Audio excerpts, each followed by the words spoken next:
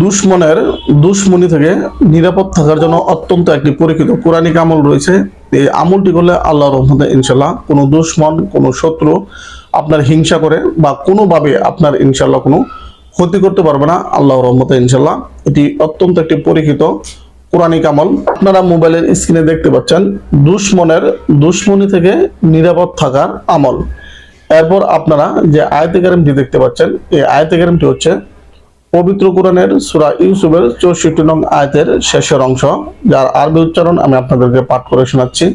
আউযু বিল্লাহি মিনাশ শাইতানির রাজিম, বিসমিল্লাহির রহমানির রহিম, ফাল্লাহু খায়রুন হাফিজাও ওয়া হুয়া আরহামুর রাহিমিন। যার অর্থ হচ্ছে আল্লাহ উত্তম হেফাজতকারী এবং তিনি সর্বশ্রেষ্ঠ দয়ালু। বৈশিষ্ট্য, উক্ত আয়াতটি বেশি বেশি করে পাঠ করলে ইনশাল্লাহ দুশমনের দুশমনি ও সব রকম বালা মুসিবত থেকে নিরাপদ থাকবে, সব মুশকিল আসান হবে। যদি আপনার আশঙ্কা হয় যে কোনো শত্রু বা কোনো দুশমন হিংসা করে বা অন্য কোনো উপায়ে আপনার ক্ষতি করতে পারে বা কোনো বিপদ ডেকে আনতে পারে, তাহলে আপনি ইনশাল্লাহ পবিত্র কোরআনের সূরা ইউসুফের 64 নং আয়াতের শেষের যে অংশটুকু দেখতে পেলেন, এই অংশটুকু ইনশাল্লাহ আপনি বেশি বেশি করে ইনশাল্লাহ তেলাওয়াত করবেন।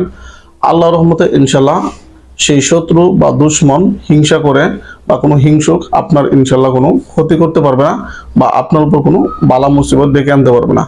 আল্লাহর রহমতে ইনশাল্লাহ এই আমলটি করলে যে কোনো ধরনের বিপদ আপদ এবং বালা মুসিবত থেকে ইনশাল্লাহ আপনি নিরাপদ থাকবেন এবং সুস্থ থাকবেন।